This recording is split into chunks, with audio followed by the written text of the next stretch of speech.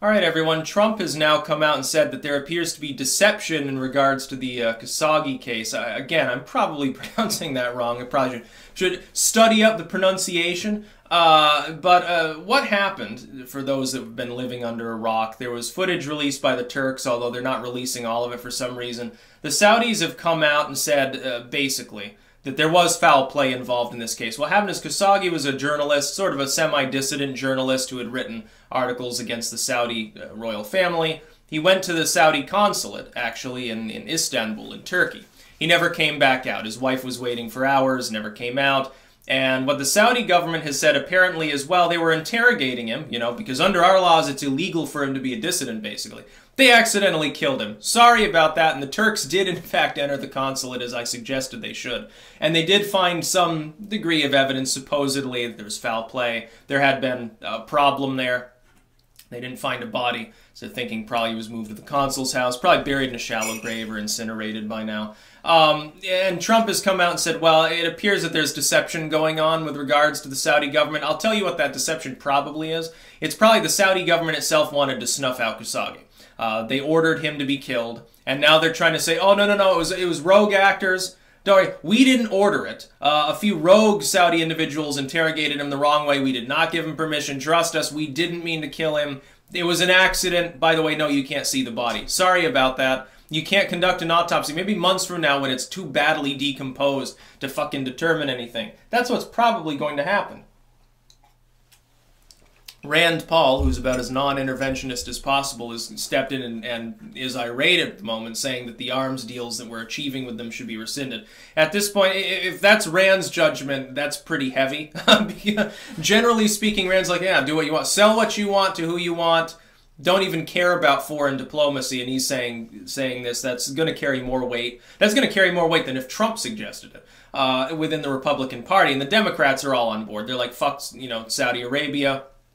Essentially, the one thing that they have to tread carefully about, and this is why you see the U.S. government walking on eggshells. I think right now they're afraid the Saudi Arabians will fuck the oil market in retaliation for any diplomatic squabble and sort of try to starve us fuel-wise, especially with winter coming. Wouldn't be good for a lot of low-income Americans. And they know this. They know that they can play hardball economically. They're one of the few countries in the world that's capable of hardballing our country. Like China can't. China's reliant upon us buying things from them that are ultimately achievable elsewhere. Saudi Arabia is still a massive oil muscle. We may be the biggest oil producer, but we have to reabsorb most of that just to sort of be our own main oil supplier. Saudi Arabia is still a big number 2, I think. Or number 3. I think Mexico has been rising up too. A main oil supplier. They're capable of making life difficult for us. I would say this is a really good reason to try to buddy-buddy with Venezuela and get as much of our oil there as possible. If only they didn't have a hardline socialist regime telling the Venezuelan people this. If you kicked out Maduro and got a decent regime in there and allowed us to come in and invest, pretty soon not only would you be making bank, we'd be making bank. This hemisphere would be so fucking powerful you have no conception of it. By the way, it would cut out several other Latin American states we already buy some oil from. So yeah, you could enjoy being first world pretty quickly, just based on oil. You wouldn't even have to diversify, although you should. It'd be very funny. But Saudi Arabia is almost certainly lying. And I pointed this out, but the thing is, we don't have concrete proof yet. We have evidence, at least claimed. We have plenty of people who are saying that the Saudis, yeah, they probably killed this guy off. He was a dissident. They have a track record of assassinating dissidents. Doesn't this sound kind of like the 9/11 stuff? Oh yeah, sorry about all those hijackers that were trained and funded here. We didn't know it was going on. We didn't greenlight it at all. No awareness whatsoever. And then later on, it turns out they did. It'll probably turn out the same in this case. But people keep covering for them because they're a main absorber of U.S. arms. They buy a lot of weapons. That's economically good. They supply a lot of oil. That's economically necessary. The United States has grave difficulty dealing with the Saudis. Usually, Israeli middlemen have to be brought in.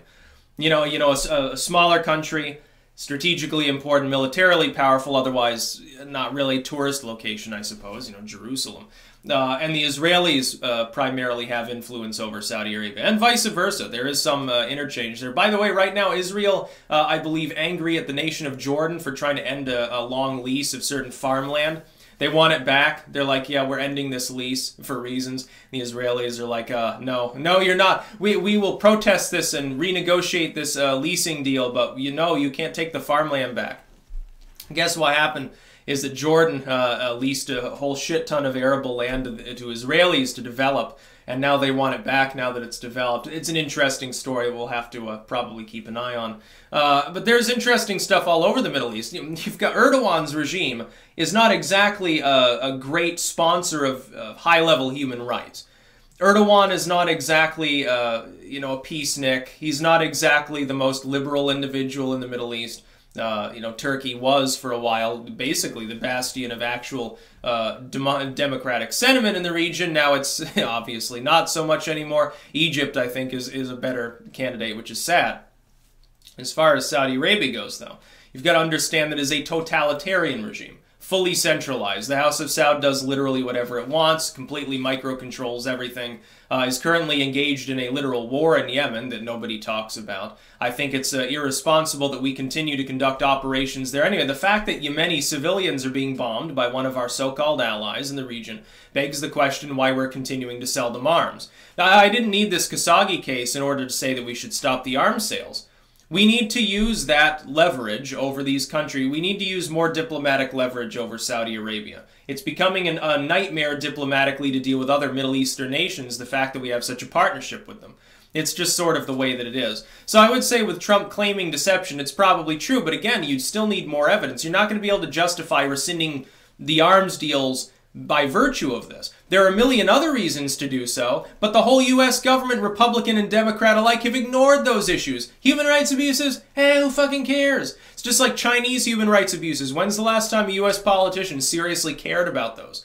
No, we don't want to do anything wrong. Most of D.C., including the Republicans, jumped down Trump's throat for waging a tariff war that doesn't even have anything to do with human rights abuses. Oh my God, you're rocking the economic boat. How very terrifying for us. Meanwhile, it's not our economy that's faltering, it's China's. People keep pointing to the stock market, oh, it lost a few hundred points, oh my God, it's Armageddon, like it hasn't done this 2 or 3 more fucking times in the last couple of years. A minor temporary correction, a very small one, and keep the whole thing going. Don't worry about it. Don't be fucking concerned. You should be concerned, though, that the Saudi Arabians assassinated a dissident journalist in another country, and apparently are getting very little flack from it. And those that are giving them flack, I think, are the best among them. When Rand Paul and Donald Trump are both calling for a little bit more oomph, perhaps, behind reining in some of this behavior, it's a pretty compelling reason, I think, to do so. That's about all. Peace out.